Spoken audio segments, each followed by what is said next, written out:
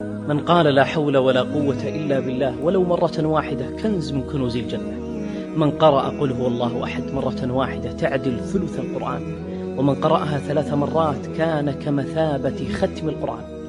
ومن قرأ قل هو الله أحد 10 مرات بنى الله له بيتا أو قصرا في الجنة. من قال سبحان الله العظيم وبحمده غرست له نخلة في الجنة. من قال سبحان الله والحمد لله ولا إله إلا الله والله أكبر بكل واحدة غرس شجرة في الجنة. من قال لا إله إلا الله وحده لا شريك له، له الملك وله الحمد وهو على كل شيء قدير، كان كمن أعتق 4 أنفس من ولد إسماعيل.